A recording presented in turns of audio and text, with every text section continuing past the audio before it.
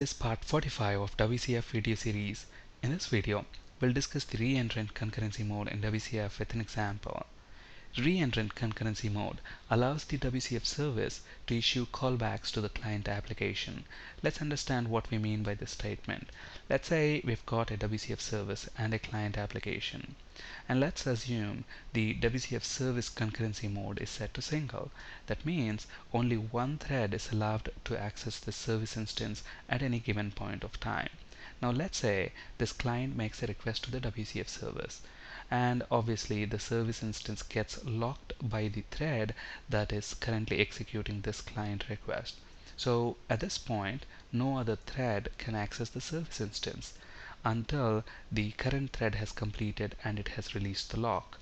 Now let's say while the service instance is processing the client request, as part of that processing, the WCF service needs to call back into the client application. Now you may be wondering, what would be the need for a WCF service to call back into the client application while it is processing a client request? Now let's say this client request is basically a time consuming task, for example something like processing report. As the WCF service is processing the report, the percentage that has been completed, we want to communicate that percentage completed back to the client application so that the end user knows what is the progress that has been made so far. Okay, so there's a need for the WCF service to call back into the client application. And now let's assume that callback operation is not one way. Okay, so if there is a request, obviously there is going to be a response for that callback from the client application, and that response should reach the WCF service instance. But then that response cannot enter this service instance at the moment. That's basically because the concurrency mode is currently single, meaning only one thread can access. There is a thread already which has the lock on that service instance, which is currently executing this client request. It's already holding a lock on that one, and this response is trying to get hold of that service instance. So obviously it will not be able to do that. It will be blocked, and the WCF service now cannot complete this client request processing until it receives this response, but the response cannot enter. So the client request cannot complete, it's waiting for the response to come back, but the response cannot enter the WCF service instance because it's locked. Okay, so there is a deadlock situation. Before we discuss how to resolve the deadlock situation, let's actually simulate the deadlock. So let's flip to Visual Studio. Let's create a new project here. Let's create a class library project, and let's call this report service. Let's delete this class1.cs file that's auto-generated. To this project, let's add a new item. We want to add a WCF service, and let's name our WCF service report service. And here we have the service contract, I report service, and let's name our operation contract as process report. And let's say this operation is going to take some time basically to compute that report. And while the WCF service is processing the report, we want to report the report processing that has been completed so far back to the client application. And in order for us to be able to do that, we need to have a callback contract. So we need another interface. So let's copy that, and let's call this I report service callback. And we are going to have another operation contract here, and let's call this report progress. Basically the purpose of this method is to report the percentage that has been completed back to the client application. So in order to convey the percentage, let's use a parameter, and let's call it percentage completed. And this is going to be the callback contract for this WCF service. So we need to associate it as the callback contract with this service contract. So how do we do that? Using callback contract parameter. So callback contract equals type of I report service callback. Okay, so we have our service contracts.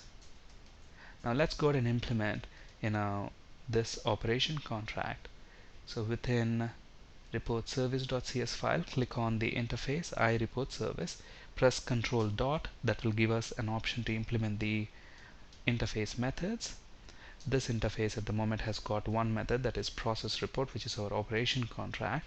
So here we'll have the logic to process the report, but here we are not going to have some real-time logic. Instead, let's have a for loop here, and let's say for int I equals 1, I less than or equal to 100, I plus plus.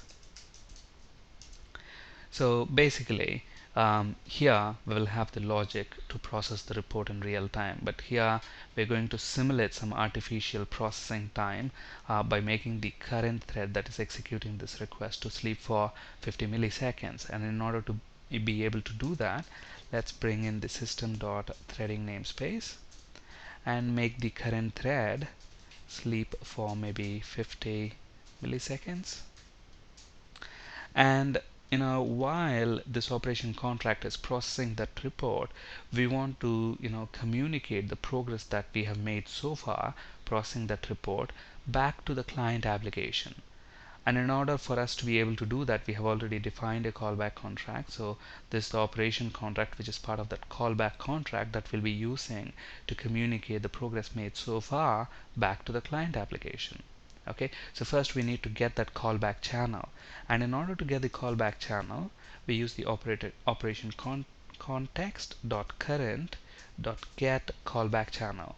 Okay, and we need to specify the type of the callback contract. So what is the type of the callback contract? I report service callback. That is the type, that is the interface type, which has got the operation contract that we can use to communicate the progress information back to the client application.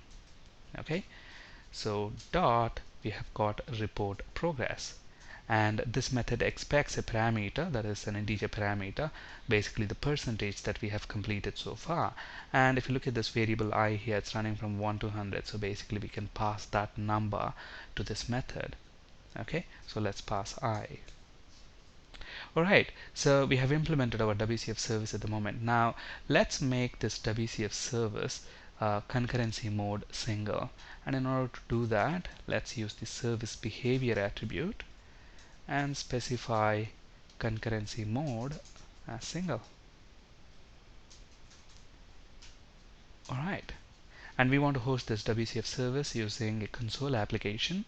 So to this solution, let's add a new project, select console application, let's call this host, and we need to add the application configuration file to this project. So right click on the project, add a new item, and we want to add application configuration file.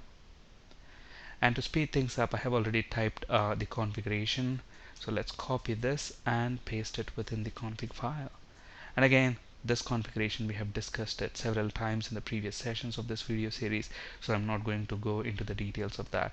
So basically, if you look at the endpoint, we have got the address, we have got the binding as NetTCP binding, and the contract as I report service.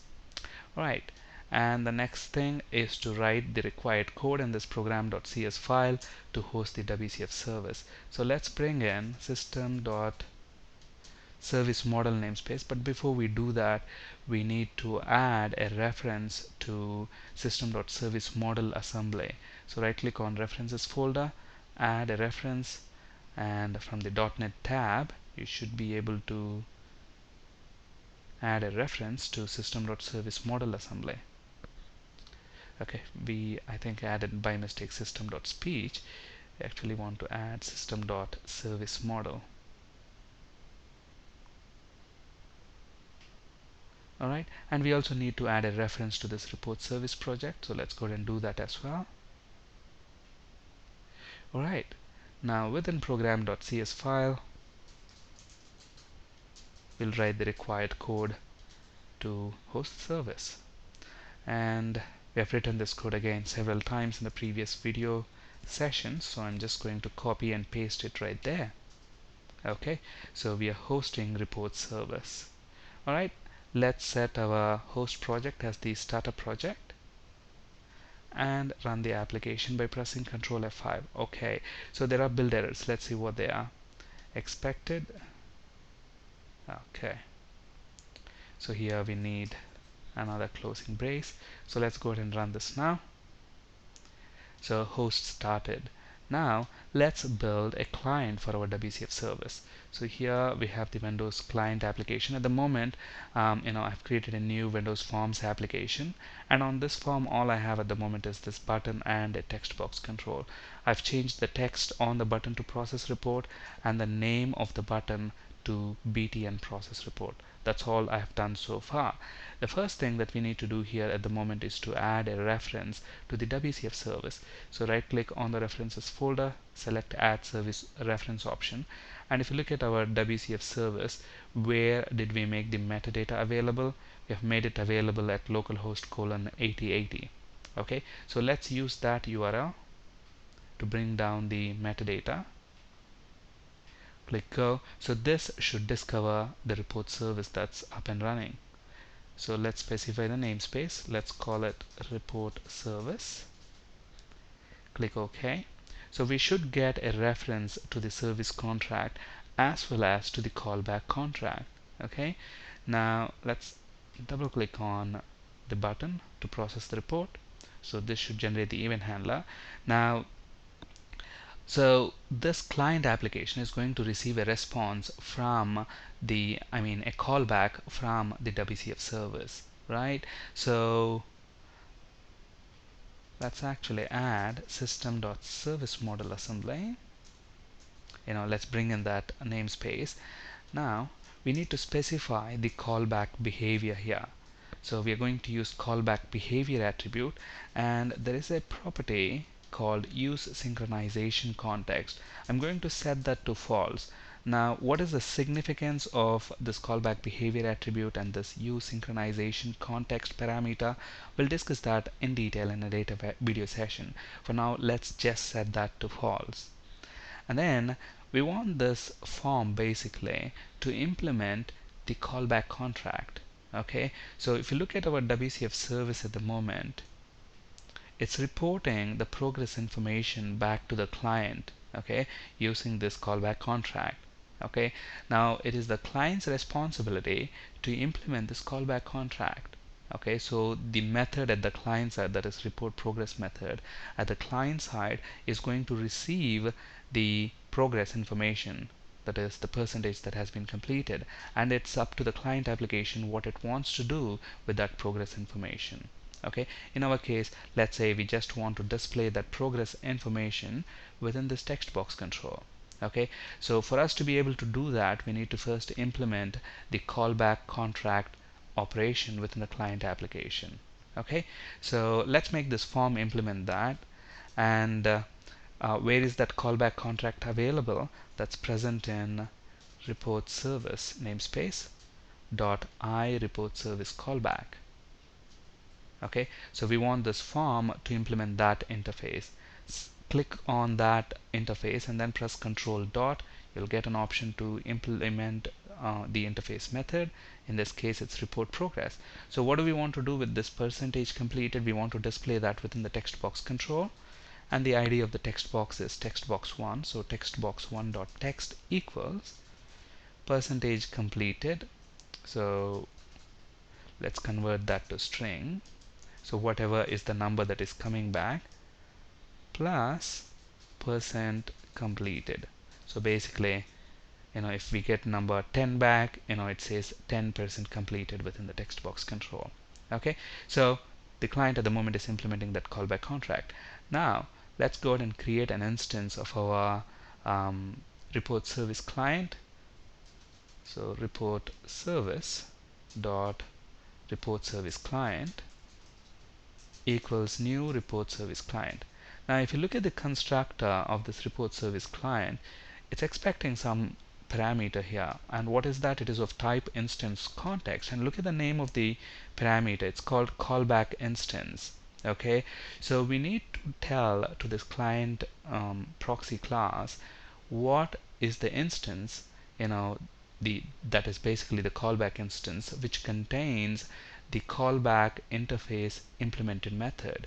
In this case, it's going to be this class, that is this form1 class. And what is the type of that callback instance? It's instance context. So first, let's go ahead and create that instance context type. So instance context, and let's call it instance context equals new instance context, and we need to, which is the instance, nothing but an instance of this form1 class. So here we can simply say this, okay, an instance of this class is the one which is going to be the callback instance, which contains the implementation for the callback contract, and we are going to pass this instance context to report service client, and then we'll simply invoke process report function. Okay, so when the client calls that function, the operation contract of the WCF service, what's going to happen? The WCF service is going to process that, and as part of that processing, the WCF service will try to call back into the client application using this callback contract. So it reports the progress to the client application, and at the client side we have implemented that report progress. So this method is going to receive the percentage completed, and it's going to display that within the text box control. And then obviously it has to confirm the receipt of the percentage that is received to the client, to the WCF service. Because if you look at the WCF service here, this operation contract, it's not a one-way operation contract. Okay, it's request reply. So the request goes to the client, the callback request, and then the client sends a response for the callback. But at the moment, if you look at the WCF service, the concurrency mode is single, meaning the response cannot come back to the WCF service from the client. Okay, so let's actually run this and see if it works. So let's flip to our Windows client, let's run this, and let's click this button, process report. So in a bit we should get an error. Look at this, this operation would deadlock, and that's understandable, okay, because the reply cannot be received until the current message completes processing. If you want to allow out of order message processing, specify concurrency mode of reentrant or multiple. At the moment, if you look at the concurrency mode of the WCF service, it's set to single, which means only one thread is allowed to access the WCF service instance. Okay, so while the report is being processed, the current thread already has acquired the lock on the WCF service instance. When we report the percentage that is completed back to the client receives that percentage, and then it sends a response back to the WCF service for that callback. But then the response cannot re-enter the WCF service instance because that's locked down. The thread that is executing the client request has already acquired the lock on that one. Okay, now in order for this call to enter the WCF service instance, there are two ways we can make it work. We can either make the concurrency mode to multiple. When we make it multiple, obviously any other thread can also access the service instance because there's no lock acquired. But that's not what we want. We don't want full-blown multi-threading here. We just want the callback responses to reach the WCF service instance, and that's what is precisely the reason for using reentrant concurrency mode. So reentrant concurrency mode allows the WCF service instance to issue callbacks to the client, and the callback responses can then reach into the WCF service instance because we have set the concurrency mode to reentrant. So the response from the client for the callback can re-enter WCF service. Okay, so let's set the WCF service concurrency mode to reentrant. Let's actually close the client as well as the WCF service. Let's rerun the WCF service, and let's run the client application. Click process report. Look at that, now it works as expected. Okay, alright, so that's one way to solve the problem. set the concurrency mode to reentrant. Or even better way is, if you look at this callback contract operation, it's not one way, it's two-way, meaning there will be a request and there will be a response as well. Okay, and the reason why it's deadlocking at the moment is because the response for the callback from the client is not able to reach the WCF service instance. Now, is there really a need for the response from the callback to go to the WCF service? No, not really. Because we are not, the client doesn't require to report any information back to the client. So if we make the response, basically the callback operation contract one way, then we can still leave the concurrency mode as single and the application will continue to work as expected. Okay, because there won't be any response for the callback from the client if we make it one way. There will only be a callback from the WCF service to the client. The client displays the percentage that is completed. That's all. It's not going to confirm to the WCF service that it has received that percentage. The WCF service doesn't really care about that. Okay, it's just going to issue a callback, send the percentage completed. The WCF service doesn't really care what the client application is going to do with that percentage. Okay, its responsibility is to just communicate that information back to the client. So let's see how to solve this issue by making the operation contract one way. So first of all, let's go ahead and reverse this concurrency mode to single. So now only one thread is allowed, but then we're going to make this operation contract one way. So we're going to set is one way equals true. Okay, so let's stop the service host that's running. Let's rerun the service host, and then let's flip to our Windows client. Let's update the service reference. So now the callback operation contract is one way. So let's run the client application. Click on process report. It should work in the same manner. Okay, but if you look at the service here, the concurrency mode is still single, but it still works.